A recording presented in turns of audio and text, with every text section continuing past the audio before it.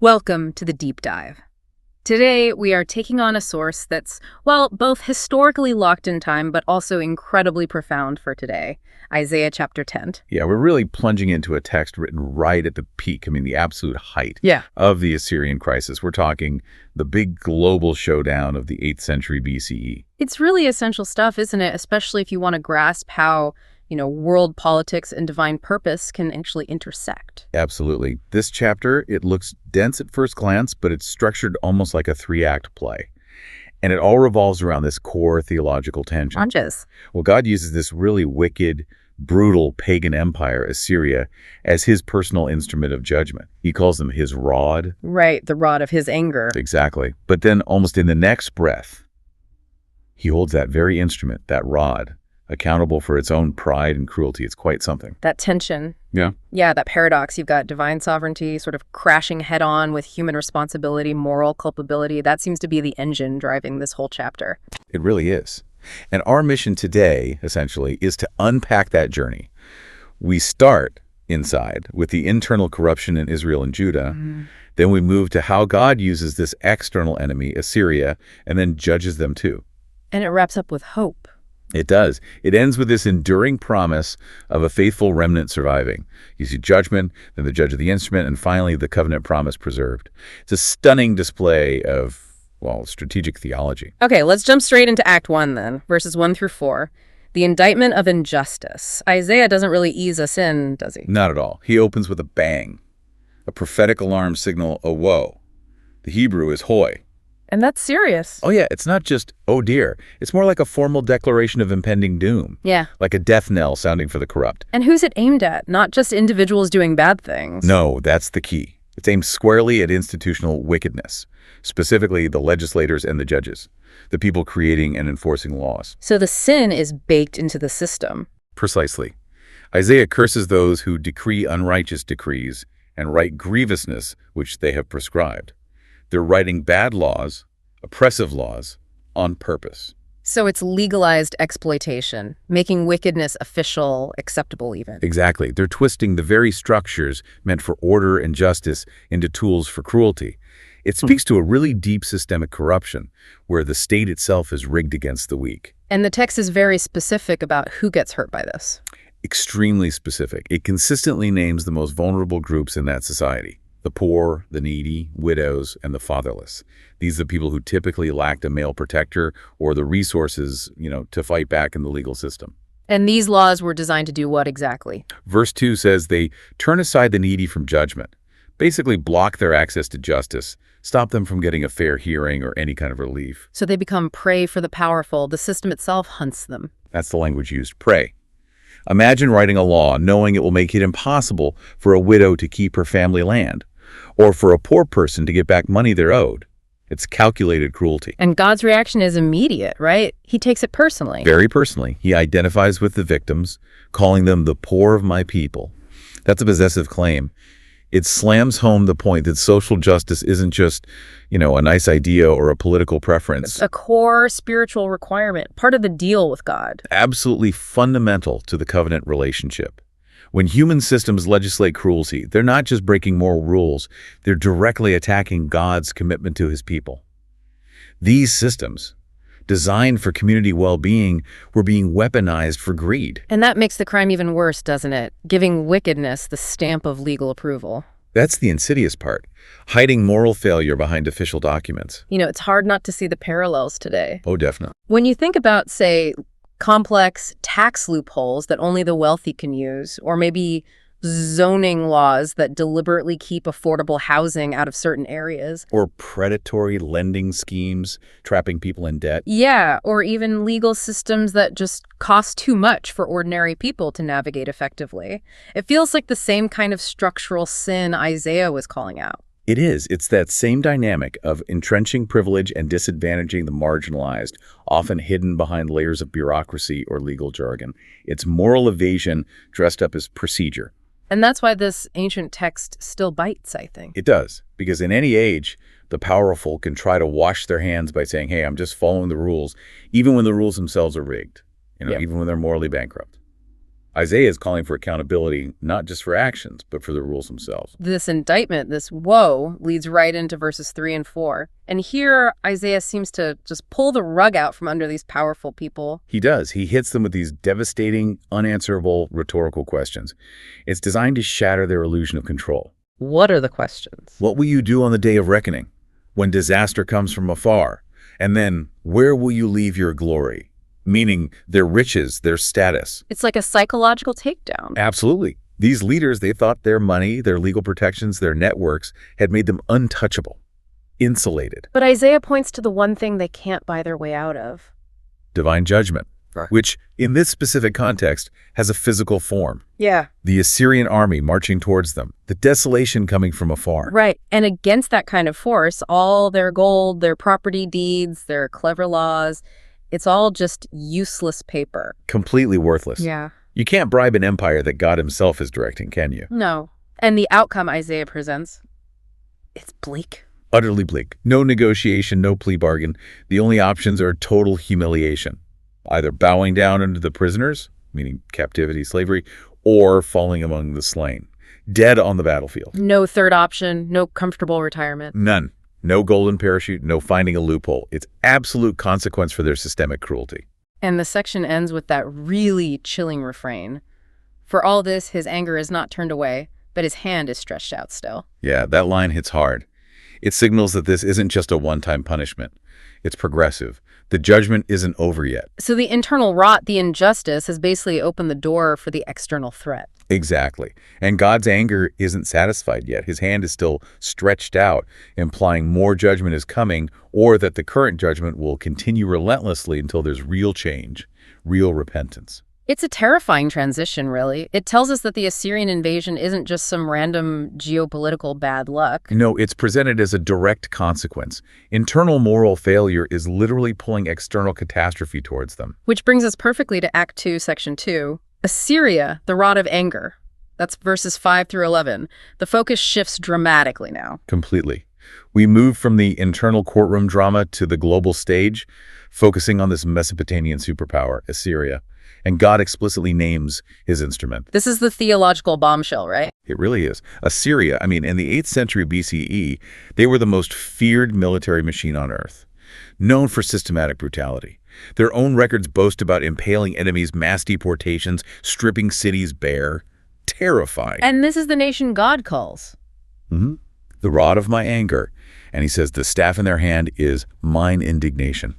Wow. So this brutal empire isn't acting on its own initiative, according to Isaiah. Not ultimately. This establishes the core theological principle for the whole chapter.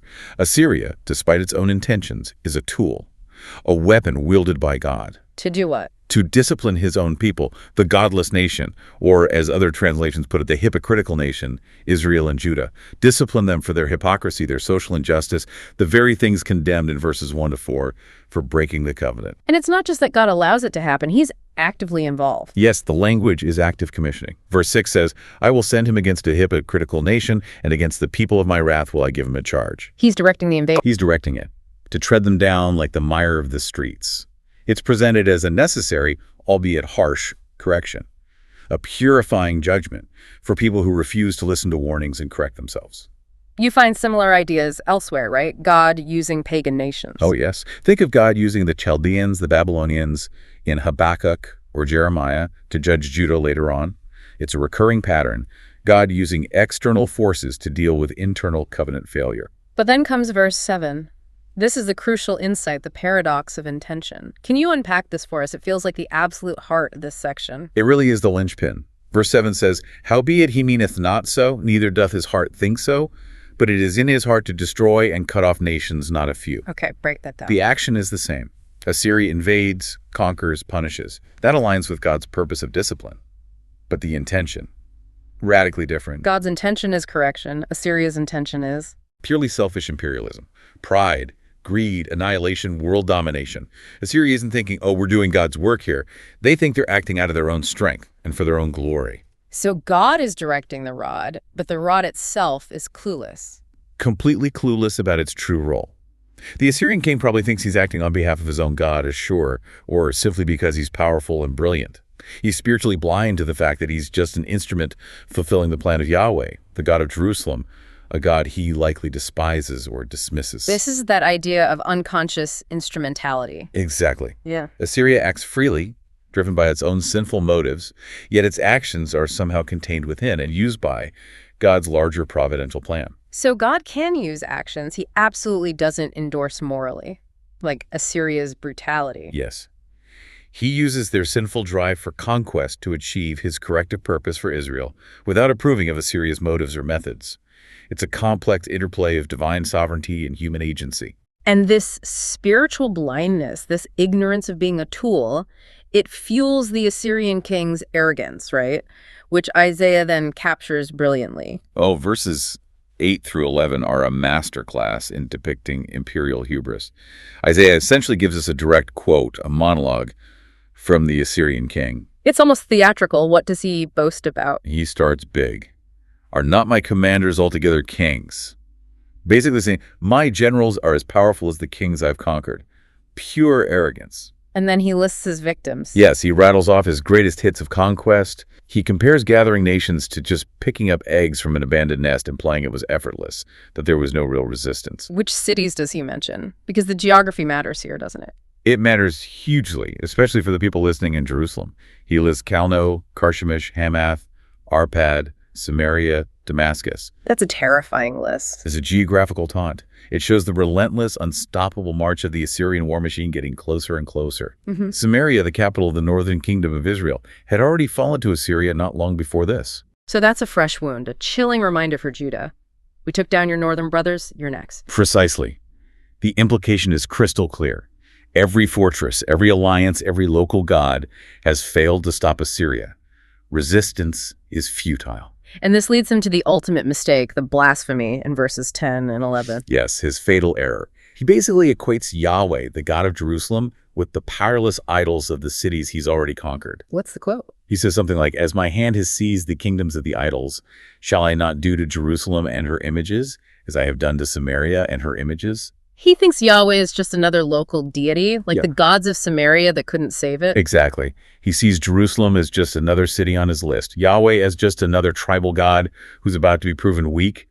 His overwhelming pride, fueled by his military success, convinces him that his power is absolute, greater even than the unseen power of the one true God. He's picked a fight he cannot win, but he doesn't know it yet. He has no idea. And that arrogance, that blasphemy, sets the stage perfectly for Act 3. Section 3. The instrument judged, verses 12 through 19. The tables are about to turn dramatically. Completely. The king's boasts essentially sign his own empire's death warrant. But the timing is crucial. Verse 12 talks about timing, right? Yes, God's timing is precise. He says he will act after he has finished all his work against Mount Zion and Jerusalem. So his own people face the discipline first. The rod has to complete its task on Israel and Judah before it gets dealt with. Exactly. The internal correction, the discipline of the covenant people has to happen first.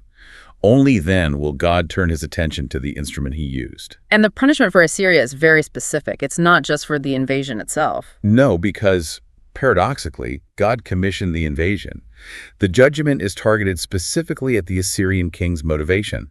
God says he will punish the fruit of the stout heart of the king of Assyria and the glory of his high looks, or in other words, his willful pride and his haughty eyes. So God judges the heart, the arrogance, the self-glorification behind the action. Precisely. This is the absolute confirmation of moral accountability. Just because God used Assyria doesn't mean he approved of Assyria. The king acted out of a wicked, proud, self-serving heart.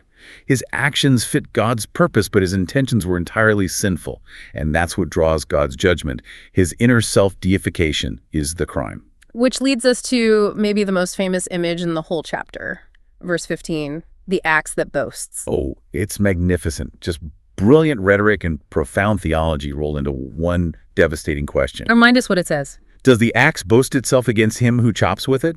Or does the saw magnify itself against him who wields it? He adds the image of a rod wielding the one who lifts it, or a staff lifting the person who isn't wood. It's absurd, the tool claiming superiority over the user. Completely absurd. The axe, the saw, the rod, they're inert objects. They have zero power on their own.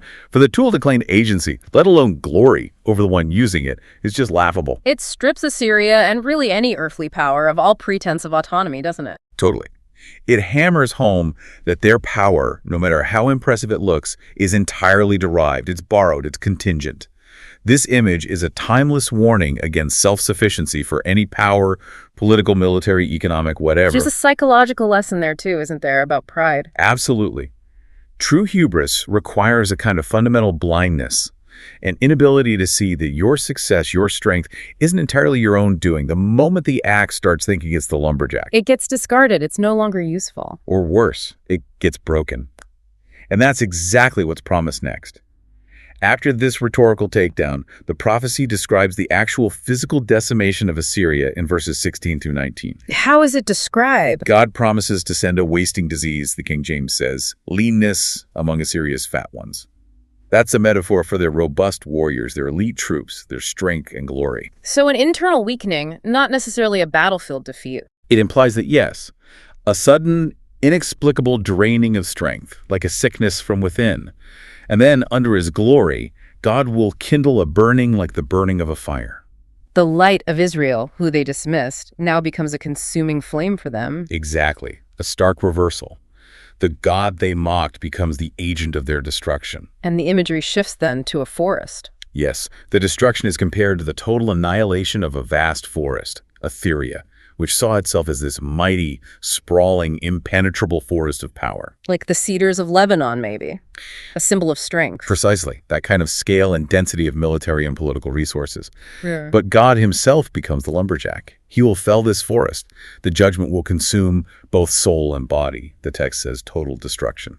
And there's that final devastating detail about the survivors. Yeah, it's incredibly vivid. The destruction will be so complete that the remaining soldiers, the leftover trees of this once mighty forest, will be so few that a child could write them down, count them on their fingers. Wow. Not just defeated, but decimated. Reduced to almost nothing. It's utter humiliation. It guarantees that anyone left will know this wasn't just a tactical loss or bad luck. It was a direct, overwhelming act of God. The military machine that boasted it could collect nations like eggs is reduced to a number a small child can tally. Okay, so after all that terror, judgment on Israel, judgment on Assyria, we get to section 4, verses 20 through 27. This feels like the pivot point, the turn towards hope. Where does that hope come from? The hope comes from a fundamental shift in reliance. It's about spiritual transformation. Verse 20 starts with that key phrase, in that day, which often signals a shift to a future redeemed reality. And what happens in that day? The survivors, called the Remnant of Israel and the escape to the house of Jacob, will finally learn their lesson. They will stop leaning on Assyria, him who struck them. Stop relying on the very power that God used to punish them. Or maybe stop relying on foreign powers in general. Both, I think. Judah had this bad habit of playing geopolitical games, trying to make alliances with Egypt or other regional powers for security instead of trusting God. Essentially trusting the axe, or another axe, instead of the one wielding it. Exactly.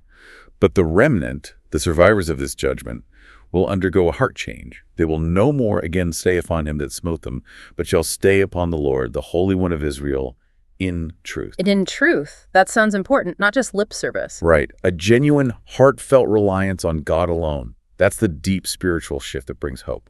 And this idea of the remnant is a huge theme, isn't it? Not just here. Oh, massive. The text even acknowledges the paradox. Israel might be as numerous as the sand of the sea, but only a remnant shall return. Meaning the judgment is severe, but not total annihilation. Precisely. Judgment purifies. It doesn't obliterate God's promise. A holy core survives, defined not by ethnicity or numbers, but by this faithful reliance on God. And this remnant concept carries forward, right? Even into the New Testament. Absolutely. It's central to biblical theology, really. Yeah. It's God's mechanism for preserving his redemptive plan through history, even when the majority fall away. Paul, in Romans chapter 9, quotes this very passage from Isaiah 10. What does he use it for? To demonstrate God's sovereign faithfulness, to show that even when Israel largely rejected Christ, God preserved a faithful remnant, both Jewish and Gentile believers, who form the core of the New Covenant people. It proves God's promises hold, even if only for a smaller group.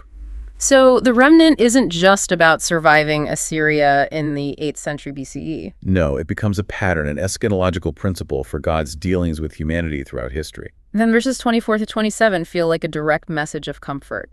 Like God speaking right to the people huddled in Jerusalem, watching the Assyrians get closer. It is. It's very pastoral. Therefore, thus saith the Lord God of hosts, "O my people that dwellest in Zion, be not afraid of the Assyrian." He acknowledges their fear, but tells them not to be ruled by it. He says the suffering is temporary. Yes, his indignation against Israel is about to cease, and his anger will be turned towards Assyria's destruction. The focus of divine wrath is shifting from the disciplined child back to the arrogant instrument. And to boost their courage, he brings up history, these typological deliverances. Right. He promises to lash Assyria with a scourge according to the slaughter of Midian at the rock of Oreb. That's Gideon's victory, right? Judges 7. Yes, the famous victory with the 300 men, torches, trumpets, and pitchers. A totally unexpected, miraculous win against overwhelming odds where human strength was almost irrelevant. It symbolizes God intervening strategically, using surprise and panic. And the other example? "And as his rod was upon the sea, so shall he lift it up after the manner of Egypt." The Exodus, the ultimate liberation story. The foundational deliverance, overturning the greatest superpower of that era through massive, divine acts, the plagues, the parting of the Red Sea. This symbolizes God's power for systemic, overwhelming destruction of the oppressor. So by using both Midian and Egypt, God is saying, He's covering all the bases. He's assuring Judah, "I can defeat Assyria with clever tactics they won't see coming, like Midian, and I can utterly crush their entire system if necessary, like Egypt." It's a promise of complete and certain deliverance. And this section culminates with this promise in verse 27. The yoke of Assyrian oppression will be destroyed because of the anointing. What's that about? It's a powerful image. The yoke symbolized the heavy burden, the slavery, the oppression imposed by conquerors. Think of prisoners forced to carry heavy loads. And this yoke will be broken not by military might, but by anointing. Yes, it points to a power source that's purely spiritual, something that transcends armies and politics. Anointing, shemen in Hebrew often means oil, suggests divine empowerment. Empowerment for who? It could mean the Holy Spirit strengthening the remnant, giving them supernatural resilience or power. Or, and many see this here, it could be a messianic hint. Pointing towards the Messiah, the anointed one. Exactly, that the ultimate breaking of oppression's yoke comes through God's appointed deliverer, Christ. Either way, the core message is clear. The power that shatters the chains of Assyria is divine and spiritual, not human or geopolitical. That really sets the stage perfectly for the final dramatic climax in section 5, verses 28 through 34, the march in the fall. Yeah, this is where Isaiah turns up the tension to 11 using geography. It's incredibly effective. It reads like a news report, almost in real time, a drumbeat of dread. Absolutely. He paints this step-by-step itinerary of the Assyrian army's final approach to Jerusalem. It makes the threat feel terrifyingly immediate, tangible. What are the places mentioned? He tracks them. He has come to Iath. He has passed through Migron. At Michmash, he stores his baggage. Then Geba, Ramah, Gibeah of Saul, places getting closer and closer. For the people in Jerusalem hearing this, each name would be like a hammer blow. They're there now. It builds this awful crescendo of panic. Human defenses have failed. The enemy is at the gate. And the psychological terror peaks in verse 32. They reach Nob. Where's Nob? It's a high point just outside Jerusalem, within sight of the city walls. From there, the Assyrian commander can literally shake his fist at the mount of the daughter of Zion, the hill of Jerusalem. So the enemy is visible, poised, contemptuous, ready for the final assault. That's the absolute low point for Judah. The moment of maximum dread. The attack is imminent. All hope seems lost. And then the divine interruption. Sudden, overwhelming. Verses 33 and 34. Right when you expect the attack, the narrative slams to a halt. God intervenes directly. Instead of Assyria attacking, God attacks Assyria. As it described, he becomes a lumberjack. Yes.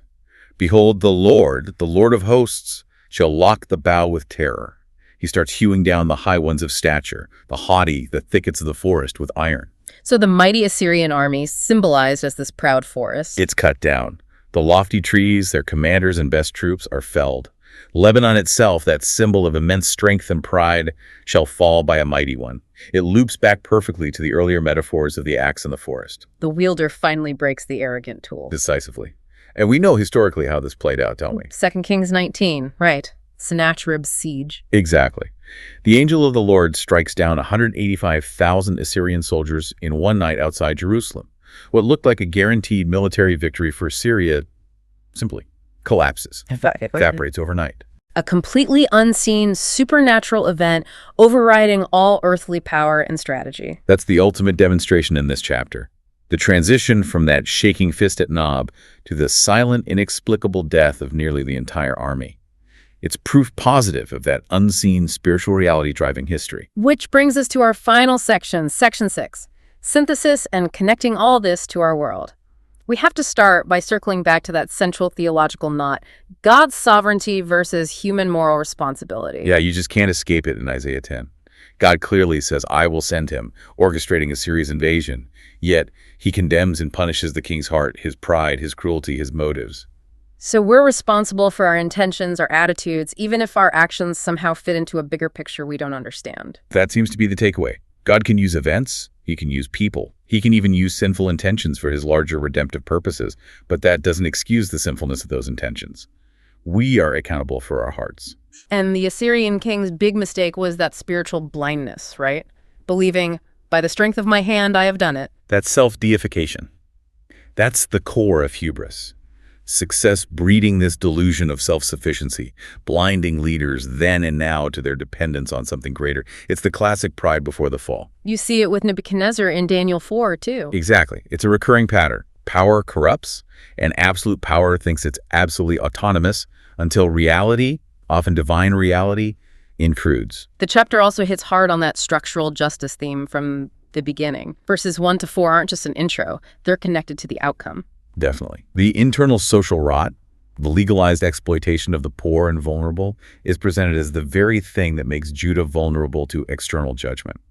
It's like rotten foundations inviting the house to collapse. So internal injustice invites external crisis. That's the social theology here. It echoes prophets like Amos and Micah loud and clear. Real societal health, real righteousness demands that the system's laws, courts, protect the marginalized, not prey on them.